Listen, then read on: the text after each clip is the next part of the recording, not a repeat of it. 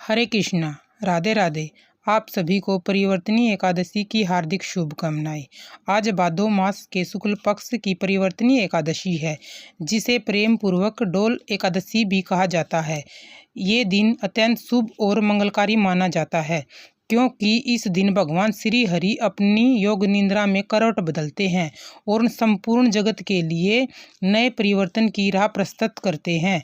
चलिए दोस्तों, अब कथा स्मरण करते हैं। एकादशी की कथा। युधिष्ठिर ने पूछा, हे भगवान, भादो पक्ष की शुक्ल पक्ष की एकादशी का नाम तथा उसकी विधि क्या है?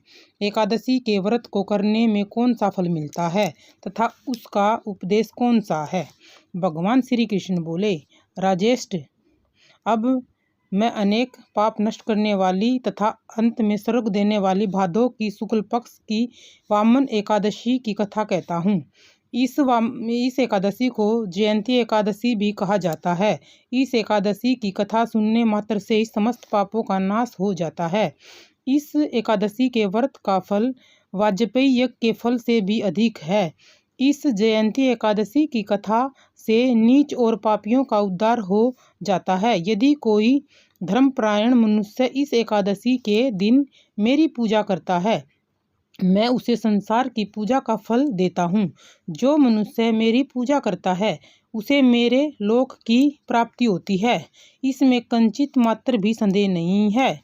जो मनुष्य एकादशी के दिन भी वामन भगवान की पूजा करता है, वह तीनों देवता अर्थात ब्रह्मा, विष्णु, महेश की पूजा करता है। जो मनुष्य इस एकादशी का व्रत करते हैं, उन्हें इस संसार में कुछ भी करना शेष नहीं रहता।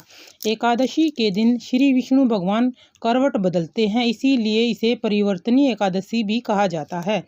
युधिष्ठिर बोले, हे भगवान, आपके वचनों को सुनकर मुझे संदेह हो रहा है कि आप किस प्रकार सोते तथा करवट बदलते हैं। आपने बलि को क्यों बांधा और वामन रूप धारण करके क्या लीलाएं की? चातुर्मास व्रत की विधि क्या है तथा आपके शयन करने पर मनुष्य का क्या कर्तव्य है? वह सब विस्तार पूर्वक कहिए। श्री कृष्ण भगवान बोले, राजन, अब आप पापों का नाश करने वाली कथा का श्रवण करो।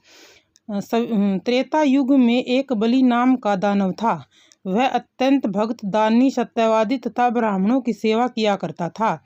वह अपनी भक्ति के प्रभाव से स्वर्ग में इंद्र के स्थान पर राज्य करने लगा।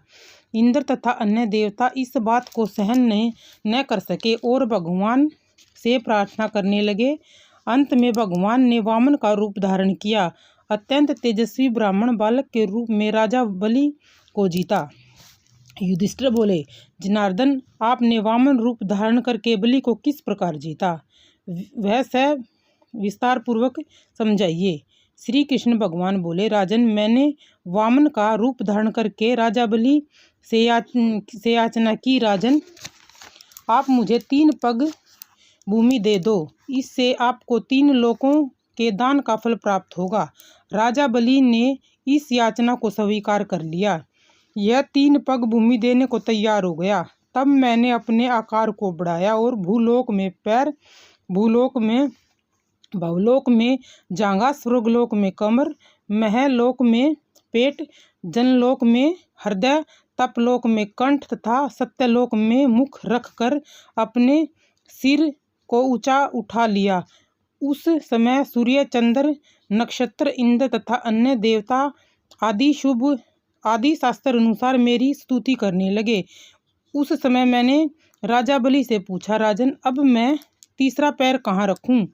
इतना सुनकर राजा बलि ने अपना सिर नीचे कर लिया। उस पर मैंने अपना तीसरा पैर रख दिया और वह भगत दानव पाताल में चला गया।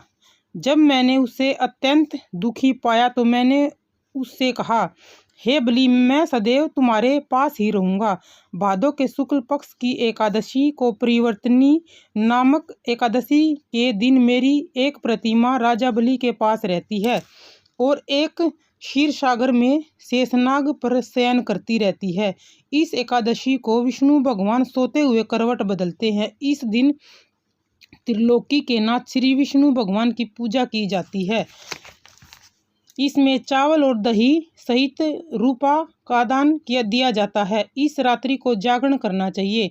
इस प्रकार व्रत करने से मनुष्य समस्त पापों से मुक्त होकर स्वर्गलोक को चला जाता है। जो मनुष्य पापों को नष्ट करने वाली इस कथा को सुनते हैं उन्हें अश्वमेध यज्ञ का फल मिलता है। कथा सार: व्यक्ति दान करे किंतु दान करके अभिमान न करे। अहंकार व्यक्ति को ले डूबता है। राजा बलि ने अभिमान किया और पाताल में चला गया। इससे यह भी ज्ञात होता है कि अति हर कार्य की बुरी होती है। बोलो 11 माता की जय, विष्णु भगवान की जय।